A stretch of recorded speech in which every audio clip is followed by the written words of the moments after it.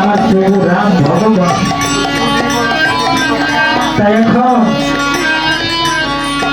হনুমান বলছে যে গোবর্ধন,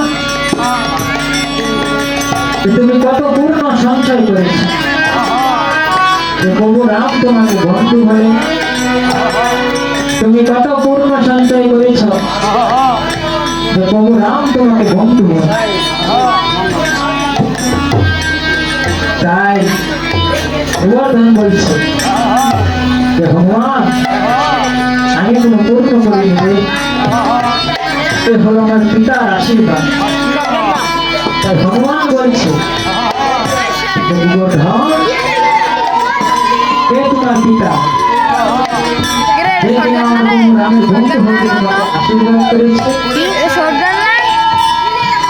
তাই গোবর্ধন বলছে যে পূর্বের জন্মে ছিলাম আমি মনে বৈশিষ্ট্য আমার নাম ছিল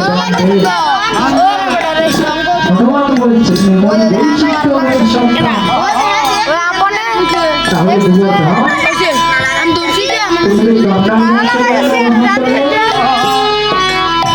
গোবর্ধন বলছে আমি একটি ভুল করেছিলাম রে।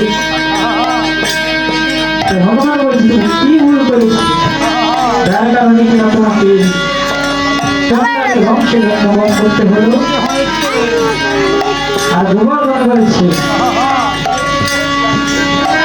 যে তুই শুনতে চাস হনুমান, তুই শুনতে চাস, তবে শোন।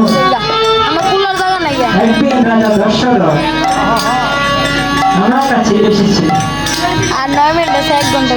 বলেছিল বন্দে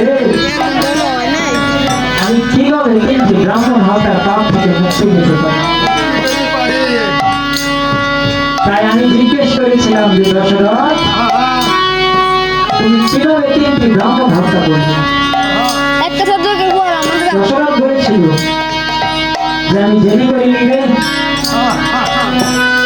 গতকাল আমি হরিণ শিলায় বের হয়েছিলাম, ঠিক সেই সময়ে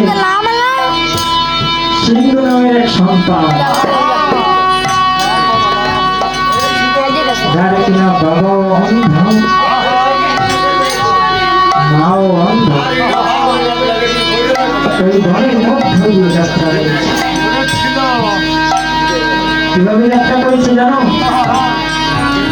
ভাই করে তার মাকে এক পাশে বসে, বাবাকে অন্য পাশে বসে, তাদের করে নিয়ে যাত্রা করেছে।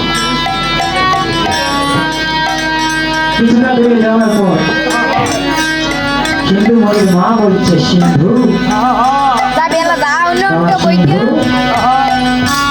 আমার খুব পিপাসা পেয়েছে, একটু জল পান করাবি। তাই এখন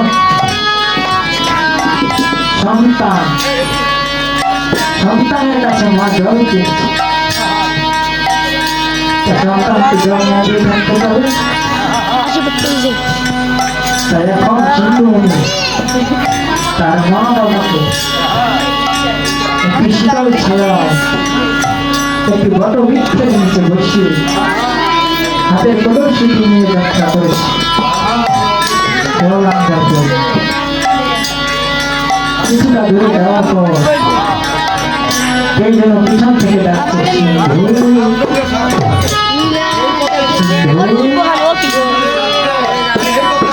তুমি তোমার বাবা মাকে সেই ভাইয়ের মতো আমার দেখা হবে না। সিন্ধু পিছন ফিরে তাকিয়েছে, দেখছে কেউ নেই। তাই সিন্ধু ওইখান থেকে ছুটতে চলে এসেছে তার মা বাবার কাছে। মা বাবার কাছে পায়ের শব্দ শুনে জন্মদাতা পিতা মা বুঝতে পেরেছি সন্তান এসেছে। তাই সিন্ধুর মা বলছে, সিন্ধু প্রেমটা জল আনিসি তাই সেদিন আমি বলছি মা আমার মন কেমন কেমন লাগছে আমার মন কেমন কেমন লাগছে